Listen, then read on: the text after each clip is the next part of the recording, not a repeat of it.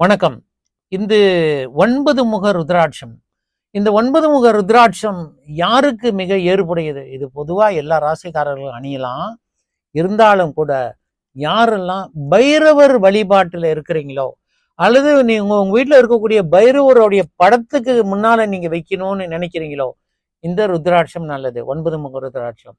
நான் பல தடவைகள் நம்முடைய நிகழ்ச்சியில, இந்த யூடியூப் நிகழ்ச்சியிலையும் சரி, நம்மளுடைய ஃபேஸ்புக் நிகழ்ச்சியிலையும் சரி, இந்த டிக்டாக்லையும் இதை சொல்லியிருக்கிறோம். அதாவது ஒரு வீட்டினுடைய பூஜை மேடையில், பூஜை அறையில் இருக்கக்கூடியது இந்த 9 முக ருத்ராட்சம். இது பைரவர் அம்சம் பொருந்தியது என்றாலும் கூட இது அன்றாட பார்ப்பது நம்மளுக்கு மிகப்பெரிய மோட்சத்தை கொடுக்கும். நீங்கள்லாம் காசிக்கு போனீங்கன்னா அன்னபூரணியும் பைரவரையும் தரிசனம் பண்ணி தான் அந்த காசியினுடைய யாத்திரையை பூர்த்தி பண்ணுவீங்க. அது பார்க்கலன்னா அந்த யாத்திரையே பூர்த்தி இல்லை அப்படின்றது தான் அர்த்தமாகும்.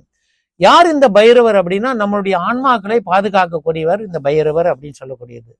இந்த பைரவருக்கு மகாசக்தி. எல்லா சாமிக்கும் ஒரு காலம் இருக்குது. காலையில மாலையில, நம்ம வெள்ளிக்கிழமை செவ்வாய்க்கிழமை இருக்கு. ஆனா பைரவருக்கு அந்த கால நேரமே கிடையாது.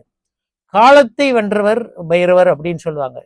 24/7 எந்த நேரத்திலையும் அவருக்கு ஒரு விளக்கை ஏற்றி, உங்களுக்குலாம் தெரியும், அபூர்வாசனத்திலேயே நம்ம வெளியீடு செய்திருக்கோம் இந்த பைரவர் விளக்கு அப்படின்னு. அந்த பைரவர் விளக்கு ஏற்றி நீங்க வேண்டிய பிரார்த்தனையை நீங்க செய்து கொள்ளலாம். கண்டிப்பாக அவர் உதவி செய்வார்.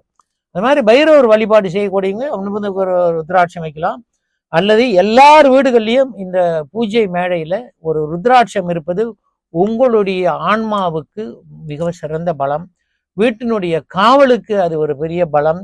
வீட்டில் அசம்பாவிதங்கள் நடக்காமல் இருப்பதற்கு, அகோரமான விபத்துகள் நடக்காமல் இருப்பதற்கு, எதிர்மறையான விஷயங்கள் இல்லாமல் இருப்பதற்கு இதெல்லாம் சிறப்பாக இருக்கும்.